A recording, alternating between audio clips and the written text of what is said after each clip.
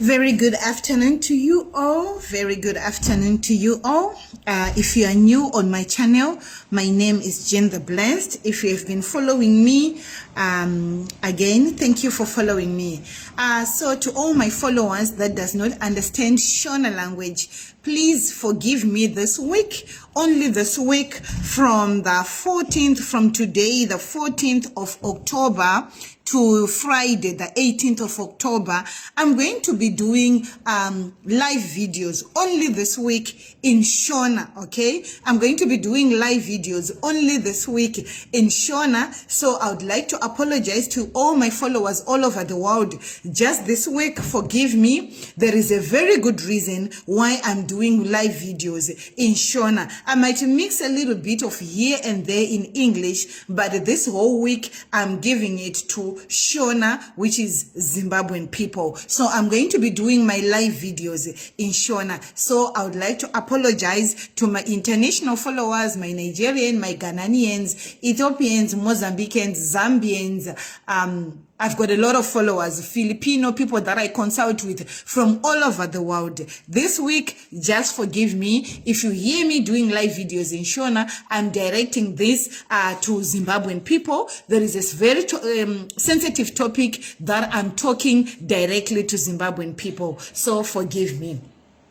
Zvakanaka zvinengei vana veZimbabwe, ndini zvakare wenyu, mwana wenyika, mwana wevhu, ndadzoka zvakare. Mukandinzwa ndichiita mavideo akarerekera kuchishona nechivanhu chedu, ndinenge ndichida kutaura zvinobhenefita vana verudzi rwangu. Hongu zvinogona kubatsira vana vemamwe marudzi, but ndinoona kunge dzimwe nguva chirungu chinokanganisa vana verudzi rwangu. Saka kubva nhasi musi weMonday 14 October 2024 kusvika musi wa18 which is musi weFriday, ndiri kuita mavideo 5 ane chirongwa nemaringe nevana veZimbabwe. Saka wanikwa uchibatika between 12 and 3 p.m. ndo pandinoita malive video angu, nokuti ndo pandinotora lunch hour yangu semunhu anoshandira kumba. Saka ndinotora between 12 and 3 p.m. Chandinongokumbira kumunhu mumwe nemumwe ari pano ndechekuti tagai hama dzenyu and then imimi share video kuti tibatsirane. Inini I believe ndikakubatsira iwo munobatsirawo vamwe. Handiti kandiro ngakatenderere kakabva kwandiri kachiuya kwauri, iwe tenderedzawo nekutaga vamwe, iwe tenderedzawo nekushare, iwe tenderedzawo. Kenduru yako haimbofe yakadzima nekuti wabatsira mumwe munhu. Haumbofe Mwari vakakunyima mukana wako nekuti waita kuti vamwe vanhu vabenefite. Even pa profile pako chaiko unogona kushare video inei.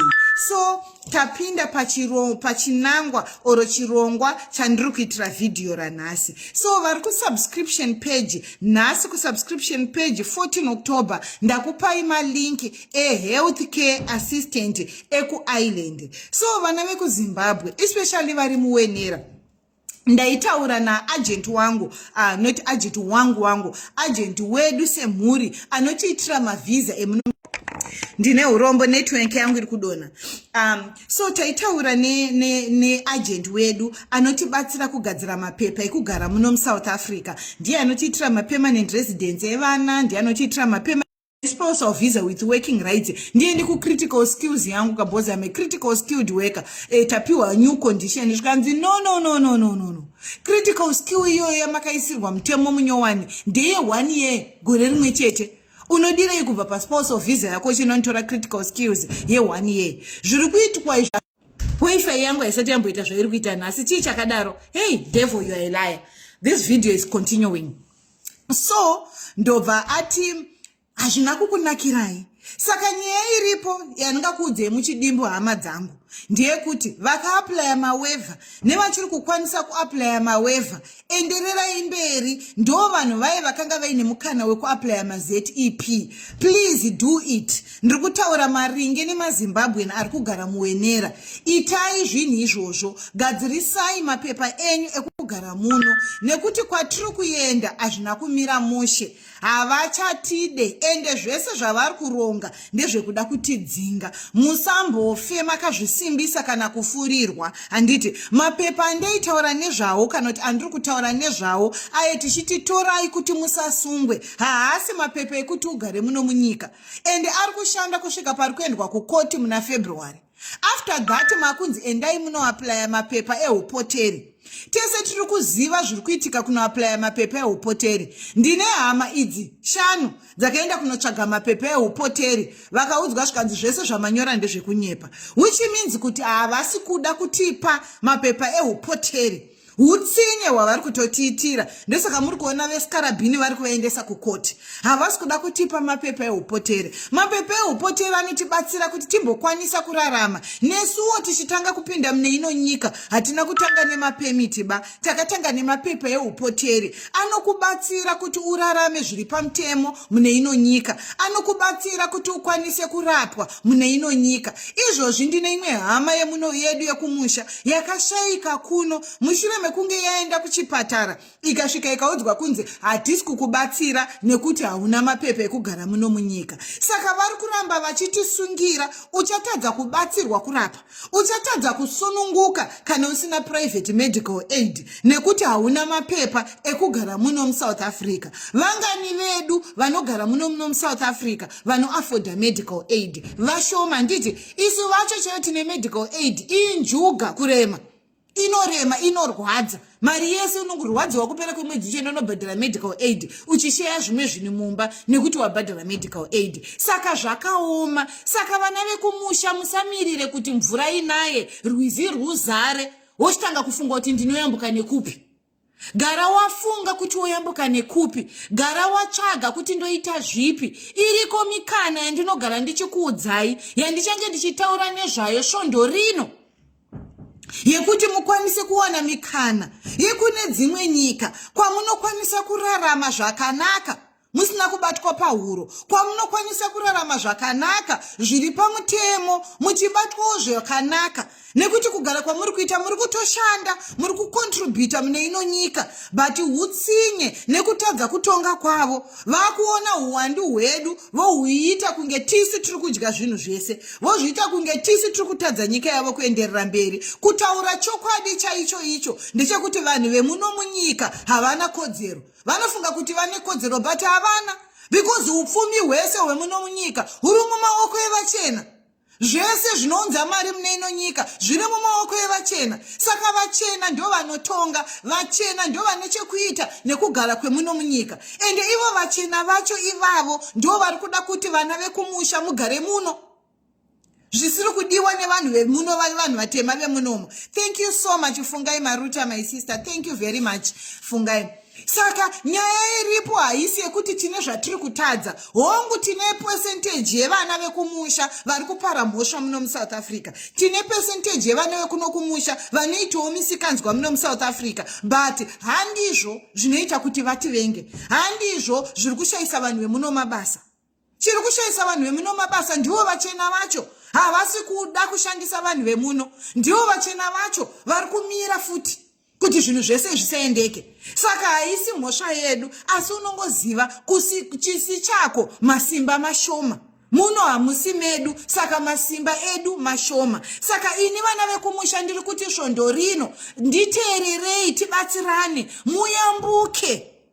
Izvozvi nhasi ndiri kutaura nenyika inonzi Island. Ndichange ndichitaura nezvakasiyana siyana kusvika kumacruise ship svondo rino rese zvinobatsira imimi vana vekumusha. Island tiri kunzwa kune mikana, kune mikoto, kune chii, asi muri kuzviziva here kuti inini kutaura kuno ndine vanhu vekusubscription page vakaaplya nemalink izvozvi vako Island, zvisina kana nhingi ari kuIsland akavabatsira. Kutoenda kambani yekutora wotowana basa recaregiver zvisinei nemaconditions avo avanoda. Hama dzangu regai ndikuudzei chokwadi, pano panyika zvimwe tinozviomesera tega nezvatiri kunzwa. Social media yakanaka, but social media yashata pakuti yakutilimita, yakutisungirira. Ukanzwa nhinga achiti kuno kuIsland hauye kana usina chakati, wotofunga kuti handiende kuIsland nekuti handina chakati. Musanzwe. teererai zvandiri kukuudzai, believai zvandiri kukuudzai. Unogona kutoaplya usina IQ F5 yacho yavanoda iyoyo. Vanhu vari kuenda nemacaregiver eAllison, vanhu vari kuenda nemacaregiver emuno muAfrica, vari kuenda kunze kwenyika kunoshanda basa recaregiver. Vanhu vari kuaplya malinki vachiwana. Regai ndikuratidzei malinki andaisa musubscription page so that munzwisise zvandiri kutaura. Aya ndo malinki andaisa musubscription page. Subscription page ndiro page iri. Page randakagadzirirwa neFacebook, randakagadzirirwa neFacebook kuti vanhu vandisupport. Saka kuti upinde mugroup umu unofanira kunge wakasubscribe. Saka muzuva ranhasi muri kuona malinki esaya, malinki andaisa musubscription page ecaregiver yekuCanada. Ndichakuisirai link racho muno mucomment section, but munogona kuriwana kucomments kuinbox kwangu. Ndoda kukuratidzai kuti mabasa aya akamira sei. Ndavhura link rekutanga randaisa subscription page pakuita kwevideo inei kuti ndikuratidzei. Anditi varikuda your role as a healthcare rapid response. Okay, it's an opportunity to positively influence someone's life every day. Your compassion and dedication will empower individuals to live fulfilling lives at home. Ibasa ra caregiver, but title rinochinja. Saka iwewe mwana wekumusha kana uchiaplya unovhura link saizvozvi. Wavhura linki wotarisa kuti linki title rakanzi chii, rakanzi healthcare assistant rapid responder ku Lots county Lots iri ku island. Handiti waona usaite nungo dzekungoti click apply usaite nungo. Musiyano wandoda kuti munzwisise vana vekumusha, musiyano uri pakati pemunhu anowana basa nemunhu asingawane basa. Number 1 is the quality of your CV. Number 2 is the effort that you put in editing your CV every day. Number 3 is the effort that you put when you are applying. I'm going to please find attached my CV. I want a basa. Please find attached my CV. My name is Jean. I'm in South Africa. I want a basa mwana wekumusha. Unoisa effort kunyora. Unotanga waverenga kuti vari kudei. Essential connections. For me, once we see a job description kuti yakamira sei. For many of our clients, you may be the sole person they interact with. Wabata kuti chi, watobata vanoda munhu anogona kuinteracta nema clients. Zvakureva kuti point iyi inofanira kunge iri pa CV yako. I've got experience with interacting with the clients being their only sole interaction contact. Wakutozviisa pa CV. Vanhu vanogadzira ma CV vanogadzira vachimhanya, asi iwewe unofanira kuisa chido nemoyo kumuudza nekuti iwewe unenge wabhadhara mari yako. Unenge wabhadhara mari yekuti uitirwe CV. Saka unofanira kumuudza kuti ndiri kuda kuti izvi wedding yakati iende pa CV rangu. It's your responsibility kuudza munhu ari kugadzira CV rako kuti aise correct wedding pa CV rako nekuti iwe ndiwo uchaapplya. Remember, CV rako ndiwe munhu uri pabepa.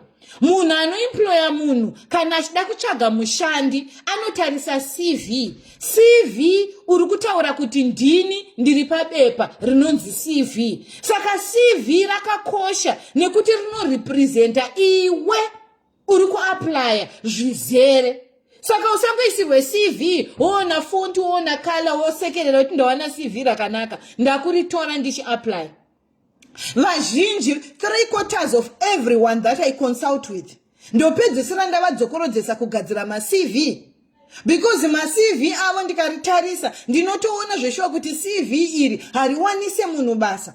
Padhona anokuudzai kuti so many times ndinomugadzirisa, He's human. Ndo basa rake rekugadzira ma-CV, but it's your responsibility kumuudza the correct wording yaunoda kuti aise pa-CV rako kuti uwane basa. Handiti, wavhura kudai link rako zviye, information iyi inowanikwa pa-link randinokupa. Paunoklika link 1, rinobva rakuvhurira information yese. Zvichireva kuti inini pandinokupai malinki, ndinenge ndatoongorora ndamatarisa. Chero vakataura kuti havatore munhu asiri mu-island. Let me tell you something. I have people in Australia right now who applied on links that were told, we do not take anyone in island, in anywhere else. We are taking people with work permits in Africa. My dear, kana win a good experience. CV rako rakanaka. Uine ma qualifications ako. Hakuna murungu asingakutore. Because kunze uko hakuna ma caregiver vane experience and qualifications. Hakuna. Saka secret iri pakugadzirirwa CV rakanaka. Iwe unotomira semweya wetsvina. Vhura 10 malinks. Ndozvandinoudza vanhu vandoconsulta navo. Vhura 10 malinks ane basa rauri kuda kuapply. Wotsvaga ma-key points. Ma-key points pamalinki wayo ane basa rauri kuapply. Watsvaga ma-key points.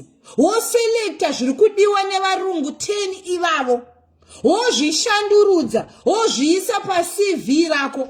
Make sure kuti CV rako riri kusounda like my requirements ari kudiwa. Izvozvo ndizvo zvinoita kuti uwane basa. Nekuti yatinoti AI inoselecta ma-CV kana uchiapply. Inotarisa kuti CV yako iri kumecha nema-key requirements ebasa here.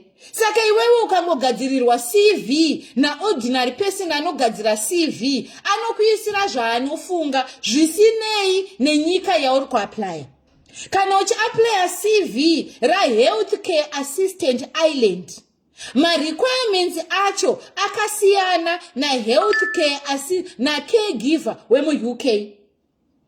Caregiver wemu-UK, ma-requirements ake, teererai inini ndinoshanda nemabasa, akasiyana na caregiver wemu-New Zealand.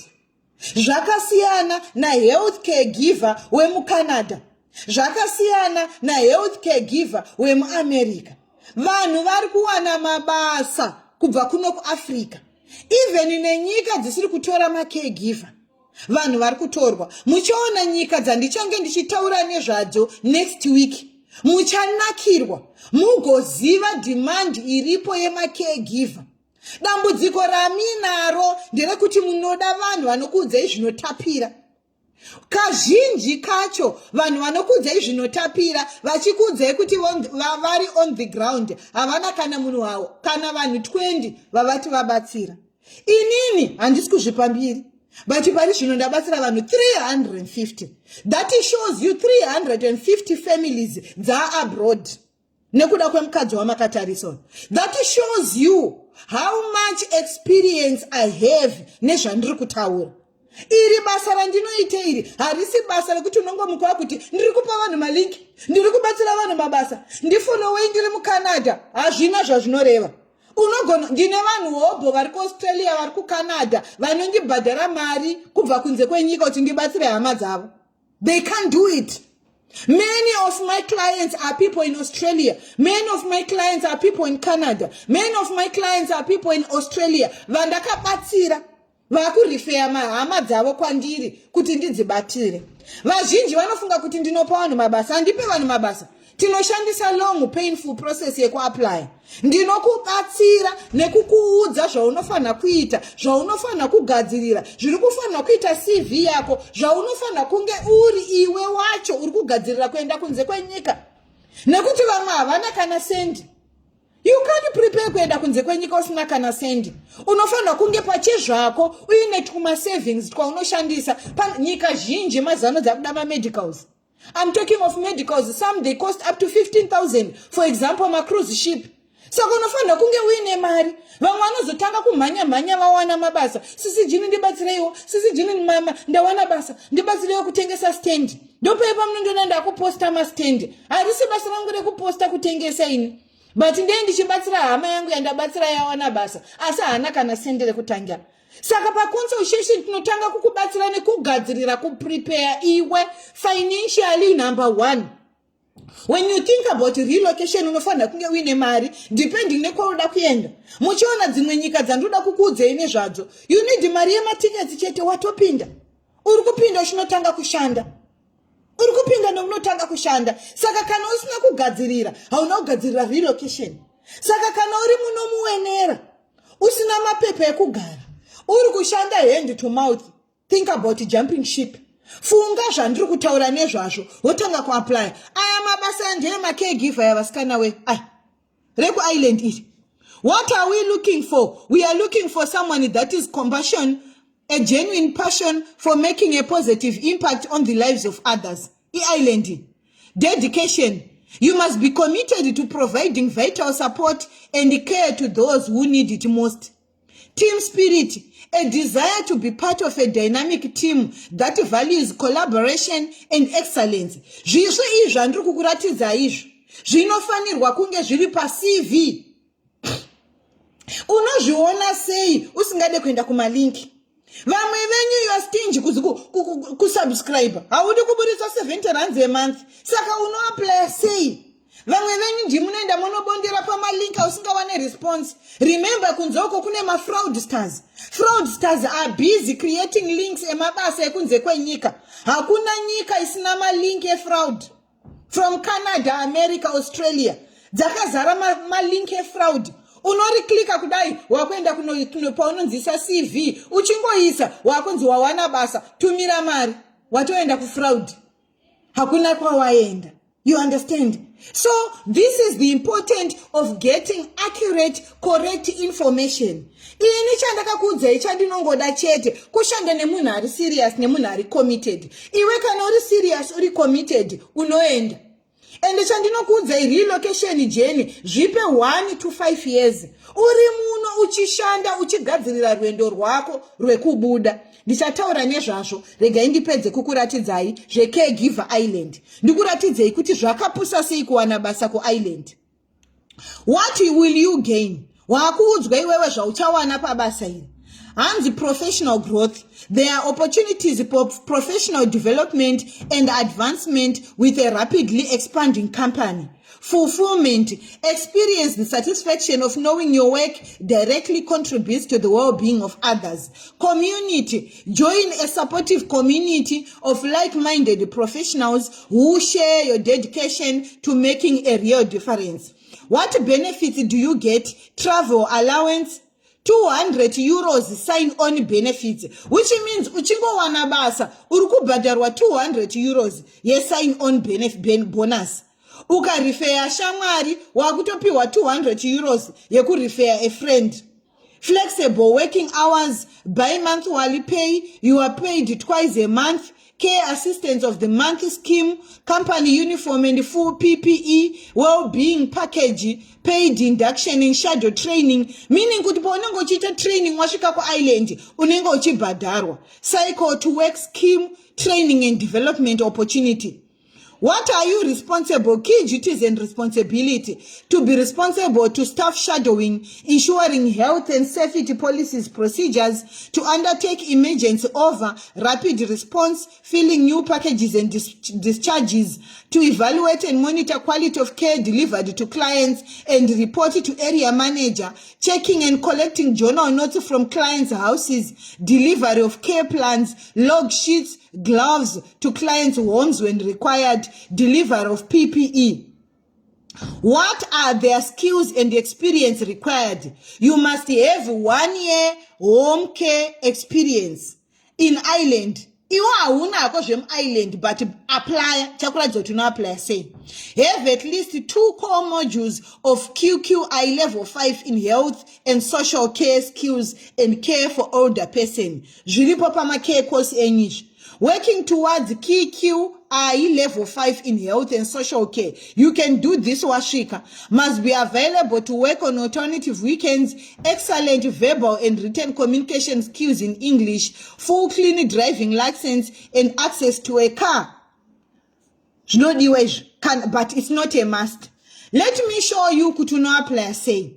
Wasvika apa, you see the company, unoenda pane zita yecompany, Connected Health.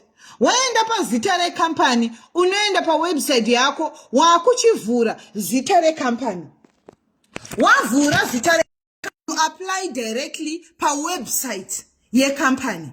Apply directly pa website your company. Chero vakakudecline, unoenda pane rimwe link. You continue applying mudikani.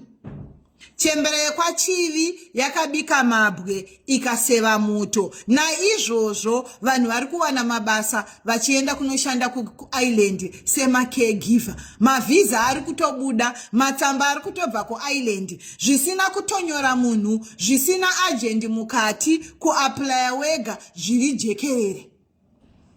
Ndo zviripo ndo kushanda kwandinoita. Handiti. Saka waapply wawana basa. Kana waona basa, company inokupa mapapers. Vanhu vazhinji, vana vekumusha, mune stress. Sisi jini, saka munondibatsira kuapply visa. Mudikani. Kunze kwenyika kwakasiyana nemuno South Africa. Kana uchinge waapply, wawana basa, employer anokupa paperwork yese yaunoda. Whether kuenda ku Pretoria ku Island consulate kuno apply visa rako. Employer ndiye anokupa paperwork. Once wane paperwork iyoyo, chimwe chawakuda passport yako chete. Nekwenda nemapepa watumirwa na employer wako. Ne contract unenge wasaina, wakutono apply basa. Just like that. Sisi jini vanopinda papi, hapana pa vanopinda. You understand? It's as easy as that. But vanhu vazhinji tine nungo. Vanhu vazhinji, yes tine nungo. Tine nungo, unoda kuti CV rawakaitirwa 2020 recaregiver iroro. Ndora unoshandisa ku apply New Zealand. Ndora unoshandisa ku apply Australia. Ndora unoshandisa ku apply Canada. Ndora unoshandisa ku apply Ireland. Zvingabude, hazvibude vana vekumusha. Ndiri kukuudza izvi nekuti ndiri kuona even vazhinji vari musubscription page. Dambudziko ravo ravainaro, some are lazy, some are stingy. Vana vekumusha hatirwadziwe kutenga nandozi. Hatirwadziwe kudya KFC. Hatirwadziwe kuoda hembe patemu. Hatirwadziwe kuoda hembe kuShein. Hatirwadziwe nezvinhu zvisina kukosha. Hatirwadziwe kutenga data ne wifi. Hazvirwadzi. Mari yedata hairwadzi. Mari yekusubscribe hada 70 rand yeseyo. Asi yedata yekuyazoona zvisina basa pa Facebook hairwadzi. Yekugadzirisa CV aiwa kana CV randikagadzirisa last month ndogadzira rimwe futi inorwadzi. Asi yekutenga hembe hairwadzi. Mari yekugadzirisa CV inorwadzi. Asi yekutenga makeup hairwadzi. Yekugadzirwa nzara hairwadzi. 200 rand yekuisa mwe hatina kana nguva yekugadzirwa nzara mari yekugadzirwa nzara palibe hairwadzi. Mari yangu yakaenda kupi? Ku school fees. Palibe mari yekugadzirwa nzara. Asi iwe dzako ndedza executive. Yevo vano executive wene nzara dzavo palibe chelede. Tinoshanda nezviripo cheke nzara dzangu siye dzakadaro. Asi iwe zvese unazvo, makeup on point, fashion on point, hembe haudzokorodze, musoro unochinja, zvese unazvo. Asi kugadzirisa mapepa ekuti ugare muno handite. Mapepa ekuti uone basa raka handite. CV yekuti uapply basa hauite. Ndiregerera ndimbopinda mumagadheni enyu, regai nditsike tinzwanane. Nekuti kwatiri kuenda uku ndine munhu anenge achiuya futi ndichirwadziwa. Makanganwa gore riye irohwa vanhu paye. Ndini ndakanohekenurana anzana anjiva, anzana ani vai baba vaye vekutemwa musoro nedemo. Makanganwa ndichiita video na baba vaye vekutemwa musoro nedemo munomba mangu nemukadzi wavane nhumbo. Ndakupema mari. Nekuti moyo unenge wakurwadza kuti hama dzangu dzekumusha dzaakutambudzika. Hama dzangu dzekumusha dzatemwa musoro, zvinenge zvaakurwadza. Asi kana tichitaurirana kudai kuti hama dzangu isei effort kubva gore rakapera ndichikumbira itai makosi varume we itai welding varume we itai carpentry zviriko zvimakosi zvekuti unoita zvinoendesa kunze kwenyika carpentry chaiyo munhu anogona zvejointing and wati Ireland iri kutora Canada iri kutora plumbing chaiyo plumbing kosi yeplumbing mugere nevarume nemuchigocha haupushe murume kuti aite kosi yeplumbing plumbing chaiyo inokuendesei kuAustralia mari dzekugocha munadzo asi mari dzekuitisa makosi akakosha hamudi mari dzekuzvidevelopa hamudi kunyora chirungu chaicho UK iri kutora up to now haudi asi mari yekutenga hembe unayo mari yekudya zvinonaka unayo nyama everyday mudikani kana uchiri kudya zvaunoda kumba kwako everyday hausati wa serious neupenyu kana uchiri kuwana zvinodiwa nenyama yako everyday hausati wa serious neupenyu juzi randakapfeka iri ndakaritenga 2017 or 2018 I can't remember but handisiri kuripfeka nanhasi topi yandakapfeka iyi ndakaitenga mujeti hamena kuti gore ripi but ndichiinayo mari yangu inoenda kupi kunovaka mari yangu inoenda kupi kutenga dzimba mari yangu inoenda kupi kuchikoro nokuti ndizvo zvinondiraramisa nemhuri yangu mari yangu inoenda kupi upgrade laptop yangu nekuti ndizvo zvinondiraramisa consultation chaiyo I charge 1800 handina hada handite no problem chizviitira information ndinokupai mahara chiita wega zvandinoita kutenzwa nungo chaidzo ndikasvika kumba mazuvano nena kutenzwa hope ndikangodai so uri kunzwa hope dzekuverenga ndakakuudzai kubva gore rakapera YouTube yakazara nemakosi emahara YouTube panodzidzwa mahara kubva gore rakapera ndichikudemberei vana vekumusha endai paYouTube munodzidza coding you can work anywhere from IT uri muno munyika unogona kushanda wakagara mumba mako zvatinoita izvo uri muno munyika usanetswe nevanhu vemapepa ava ndiani anonteerera hapana asi zvikanzi nhingi aburitsa video akagara pachemba ndiwe number 1 kunotukirira mucomment section nhingi nanhingi vari kutukana uripo number 1 haujambwi asi zvakakosha zvakanakira iwe zvakanakira future yako hauna basa nazvo hazvina kukosha ndo zvinondirwadza dzimwe nguva handidi kukunyeperai pepa munondona hangu ndo ndichingozviramwa ndinomboramwa kutoramwa chaiko kuti because ndinoona kunge vamwe vanhu vasiri serious vanhu vari serious ndenchivabatsira behind the scene they book and I consult with them tenchibatsirana vachienda vachiyambuka but vamwe vanhu unochonoti haasi serious neupenyu hwake ari serious nezvepasocial media madrama anenge achiitika pasocial media ndo priority rake muno macho haana mapepa kumukira kuenda kunotsvaga mapepa eupoteri haudi kumuka 3 am chaidzo nenge ari wakarara uchiridza ngonono kunotsvaga mapepa eupoteri kuti ugare muno munyika zvakanaka kana wane mapepa eupoteri unorapwa unorarama kunge munhu wemuno haudi gadzirisa CV haudi consulta haudi chiwana video yemahara haudi unoda pane drama zvakakosha zvakakunakira haudi saka vana vekumusha ndadzoka zvakare svondo rino ndaridedicata kwamuri nhasi ndataura zvemacaregiver Island vari kusubscription page ndakutsanangurirai kuti munoapply sei veduwe mwoyo wangu unorwadza kana nguva yekunzi svasva havo mazimbabweni havo makwirikwiri yasvika hamusimi mega munenge muchitambudzika nesiwo tine dzimba takagara muno muSouth Africa mudzimba dzedu mwoyo inorwadza kungoona vana vekumusha kwako vachipiswa mwoyo unotsemuka kuona vana vekumusha kwako vachitambudzika mwoyo unorwadza kana uri munhu ane mwoyo sewangu ndosaka muchiona ndichiuya kuzoita mavhidhiyo aya panapa chishuwiro neshungu hama dzangu dzekuti dai ini newe takwanisa kuwana kumwe kwekuenda kwakugara zvakanaka, wakwanisa kuita upenyu hwakanaka, vana vako vakura zvakanaka, vana vako vasakure vachinzi svasva, vana vako vasakure vachitambudzika. Moyo wangu unorwadza nekuti gore rakapera mwana wangu aidzidza nemwe mwana wekuno kumusha, mwana wekumusha kwedu musame class.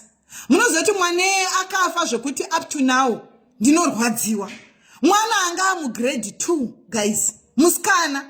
And the previous Friday yacho ndandamuona mwana kuda akafa negligence nekuti amai vangu ambomhanya unogadzirisawo zvimwe kumusha asara nababa. Musi wandakapedzera kumuona ina aitonga neflu here kana kuti akaite chii kana kuti chii handizive, kana kuti akazonopedzeswawo kuchipatara handizive. Asi mwana akandirwadza, ndakarwadziwa because izera nemwana wangu. And when I talk about this, it breaks my heart. And asiri ega mwana wekutanga wedu, vana vekumusha achafira muno South Africa. Vana vedu vazhinji vachafa nenyaya yekushaya hanya. Muri kuzviziva here kuti muzvipatara umo muna ana Satani vakamirira kupedzesa vanhu vane macontract nemapala ekuti vanopiwa matargets pazuva pasvondo ekunzi vauraye vanhu vakaita sewe neni. Tinoenda kuzvipatara zvemuno kuti vanhu vezvituna vawane mari. Munozviziva here zviri kuitika vana vekumusha? Vazhinji vari kufa, akangoenda kuchipatara, atisiya, akangoenda kuchipatara, atisiya. Ndokupera kwatichaita tese. Vanhu vachiita mari nemitumbi yedu isu tichipera. Medical aid hataafodi. Toenda kune izvo zvipatara kwausingadiwe, uri kunopedzeswa. Munguva yeCovid hama dzedu zhinji dzakapedzeswa nekuti vananyamukuta vaiti vakatarisa vakaona kuti uyu hasi wemunoyo aingochero zvazvaita. Zvaakuenderana naMwari kuti nyasha dzaMwari dziri sei pamusoro peupenyu hwako. Mwari vanokuda sei? You understand? Zvakuenda nekuti Mwari vanokuda sei kuti uchengetedzwe muzvipatara. Saka hama dzangu ndiri kukuudzai nerudo rwaMwari, nharo tingaite, asi ichasvika nguva yekurwara mune ino nyika kwatiri kuenda. Vazhinji vedu tichafira mudzimba nekuti kuzvipatara hatichadiwe, tichafira mudzimba. Vazhinji vedu tichafa nenzara. Vazhinji vedu tichamira mumastreet tichipema nekuti tinenge tisisakwanise kushanda. Vari kutisungira kwese vanava. Vakauya nehungwaru, musanyeperwe kunzi vanotida. Uyo atoripo indosha fofo chisina kana hanyaneso. Atombotide. Vakatouya neagenda yekuti vharira nzira dzese dzingaite kuti tirarame muno muwenera. Saka inini newe chinangwa changu ndechekuti pandinotaura, I hope kuti svondo rino mwana weZimbabwe uri kupushika. Chinangwa chevideo yangu ndechekukusunda. Purpose yevideo yangu ndeyekukubata-bata nekukupusha. Kana wanga wakarara muka, hausi kuona here kuti patimire pakaoma. Muka mwana weZimbabwe, paumire muwenera hapana kumira zvakanaka kana usina mapepa. Muka ujambe, muka usaurayirwe vana muno. Muka tiraramise muri kumusha dzatarisira iwe neni. Muri dziri kuda kudya dzakamirira iwe neni.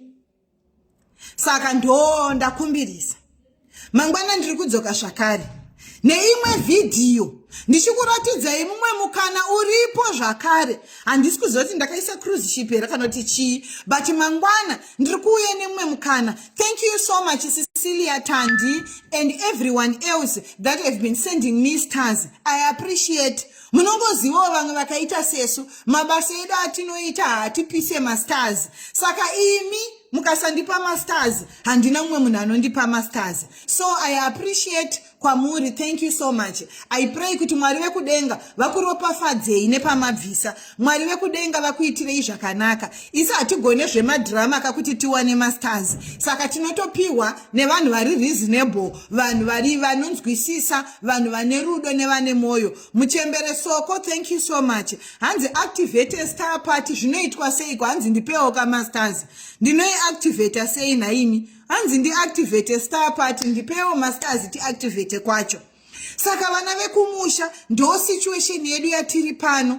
Hanzi itaika tumira ika masters star party itange naivedwe. Hanzi kandai star party itange pano. So vana vekumusha ndo situation iri munomuenera. Saka ngatigadzirei usalimitwe ku caregiver apply, cruise ship apply. Zvezve kunzi ndinogarira murume azvibhadhare. Unozobengenuka mvura yadeuka makutandanidzwa iwe nemurume wako mese. Kana kuti mumwe atemwa, kana kuti mumwe afa. Thank you so much Cecilia Tandi, 20 stars. Guys, hanzi tukandai masters. It's party now, kandai masters. Thank you so much Cecilia Tandi. Saka musazo yeuke takubuda ropa. Musazo tange kumanya takupiswa. Musazo tange kumanya takunze avo shwa makunogara makembe mapurisa. Thank you so much. Thank you Mubarak for the 99 stars. Thank you so much guys. Send nditumirewo masters, ndikandirewo masters zvifaye pano. Kandai masters hama dzangu, ndimi hama dzangu, mukasandipa hapana. Saka ngatisamirire kuti rwizi rwuzare tizotanga kutsvaga kuti toyambuka nepapi.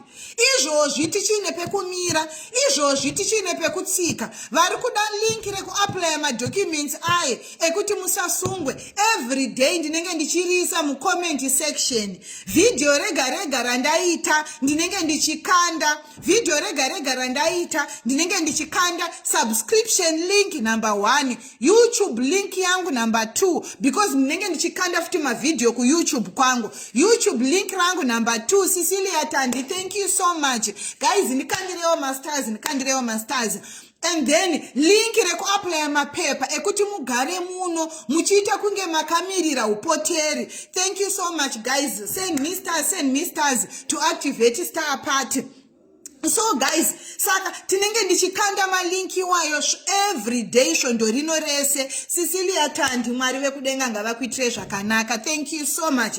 Ekuti mikana izaruke, zvinhu zviendeke, mukwanise pekuwana. Gore rinouya ngaritange wakaronga kuti ndikuenda ku cruise ship. Gore rinouya ngaritange wakaronga kuti ini ndikuenda ku caregiving. Kana zve caregiver zvichinetsa, enda ku cruise ship.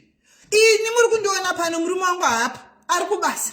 Saka zvekugara nemurume muchifa nenzara hazvibhadhare. Neni munondiziva kuti zvebonde izvi ndinozvida chaizvo. Asi ndinotoziva kuti nguva inokwana yekuti dhedhi vaende kubasa. Nguva inokwana yekuti dhedhi vadzoke. Saka ngativei self discipline. Kana zvichiita kuti baba vaende ku cruise ship, regai vaende kunoshanda. Kana zvichiita kuti mai vaende ku cruise ship, regai vaende kunoshanda.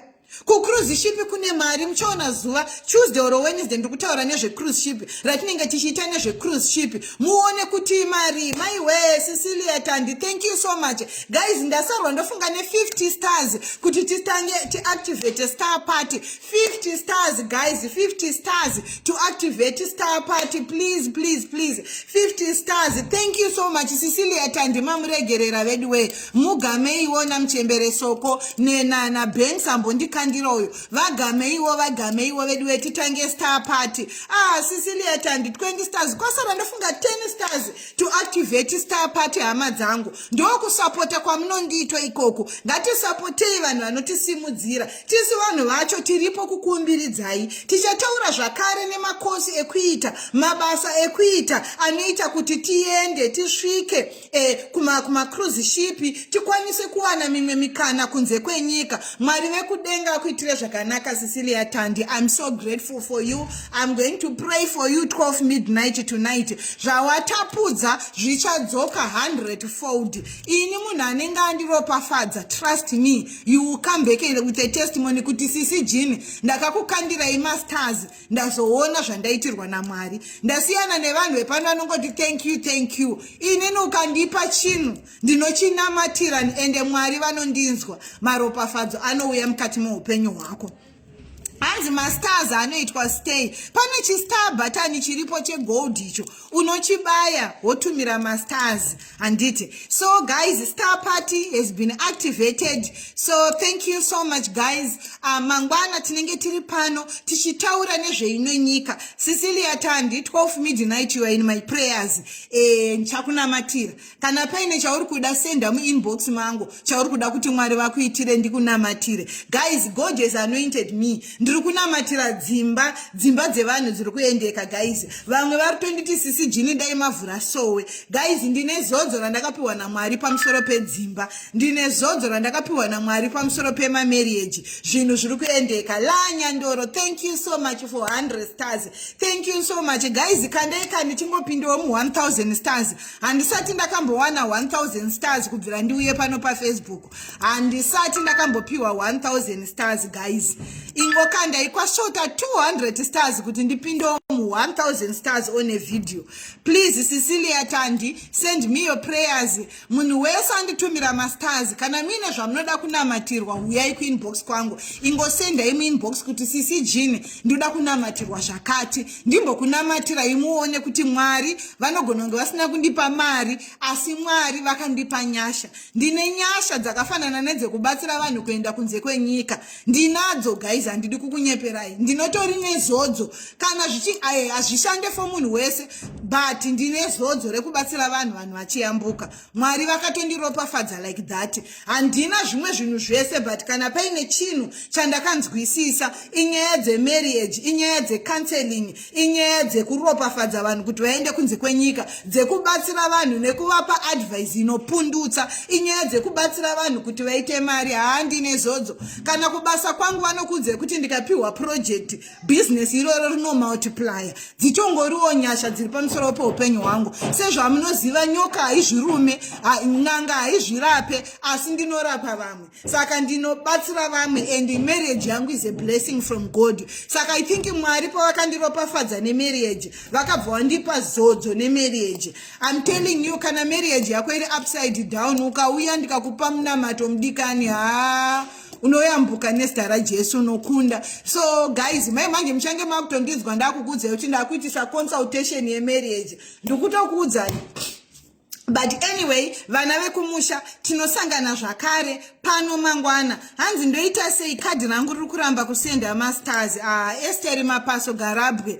Ko riri kuramba sei? Aiwa, tumira e-wallet, namba dzangu dze-e-wallet dzinoshandiswa namanager wangu dziri pano. Unotumira e-wallet panamba iyoyo. Zvinoita vari kunze kwenyika munoshandisa PayPal. Guys, tapa 926. Takungoda 100 stars chete. 100 stars ndiende hangu. 100 stars guys. Similo moyo, thank you so much. Maiwe Lanyandoro, oh my God guys, thank you so much. Lanyandoro, thank you so much. Abatumira 200 stars guys. I'm so grateful for this. Thank you so much. I will be seeing you mangwana. Hazvinei hazvo anditumira 99 stars. Thank you so much. Thank you my Fifi Manjenjenje and everyone else who was on this video. My last request to you guys, ndinokumbirisa tishare video, tibatsirane, timbopushana sevana vekuZimbabwe. Tisamirire kupiswa, tisamirire. This time ngavatiwane takagadzirira. This time ngavatiwane tiri ready. This time ngavatiwane tayambuka. This time ngavatiwane taapa neimwe nzvimbo, rimwe level, vashaye zvipomerwa neso. Handiti, I love you so much guys. Cecilia Tandi, thank you so much guys. We are on 1.3. Thank you so much guys for the stars. I greatly appreciate. Mangwana ndiri kudzoka zvakare neumwe mukana unobatsira vana veZimbabwe. Ndati ndichipedza live video inei ndiri kukupai malink. Link number 1, ndere subscription page. Link number 2 ndere vari kuda mapepa ekuti musasungwe muno muSouth Africa esikarabhini. Unoprinta mapepa iwayo i6 pages, wonyora zita rako pane rimwe racho rekupedzesera. Mapepa aya unofamba nawo pese paunenge uri, kuti ukasangana nemapurisa hausungwe. Zviri kushanda here CCG? Hongu kune vazhinji vandaona vabatwa nemapurisa vari kusiyiwa vaburitsa mapepa iwoyo, nokuti mapepa iwayo vakakusunga ukaenda kukoti unonoburitswa, mapurisa vanenge vatadza basa. Saka munhu wese anowanikwa aine mapepa iwayo haakodzerwe kusungwa. Number 2 ilink rangu rekusubscription page. Please subscribe to my YouTube channel, subscribe to my subscription page here for links. I love you very much. Mwari vekudenga ngavakuitire zvakanaka. Mwari vekudenga ngavavhure maziso enyu emweya nenzeve dzenyu dzemweya, munzwe zvinotaura mweya mutsvene waMwari panguva ino maringe nefuture yedu. Mweya mutsvene ngavakupei wisdom yekuziva kwatakananga. Mweya mutsvene ngavakudzidzisei nguva yekuziva zvekuita panguva ino, yekuziva zvekuita mangwana, yekuziva zvekuita kugadzirira future yamangwana, kuti musawire mumatambudziko. Lastly but not least, mweya mutsvene ngavakuchengetedzei pese pamunofamba. Mweya mutsvene ngavakuzarurirei mikana yekushanda vana veZimbabwe kwese kwamuri, nekuti ndinoziva bhedheni yaminayo, ndinoziva zvakakumirirai kumusha, ndinoziva vanhu vari kumusha kwakaoma vari kuda kubatsirwa vakatarisa kwatiri, ndinoziva vana vatinavo vanoda kudya vanoda kupfeka, tatarisana neKrismasi. Saka ndiri kungonamatira kuti mumwe nemumwe Mwari dai azarurirwa, vanotengesa dai zvatengwa, vari kushanda kuvarungu dai mabasa awanikwa, dai mawedzerwa mari, bonasi ino tiri kunamata kuti dai Mwari vakurangarira, wawanikwawo uchapiwa bonasi muzita nemuropa remwanakomana waMwari Mambo Jesu Kristo wedu. Amen. Mwari ngavakuitirei zvakanaka, muve nezuva rakanaka. Tinosangana zvakare pano mangwana same time. I love you so much. God bless you. I'm out.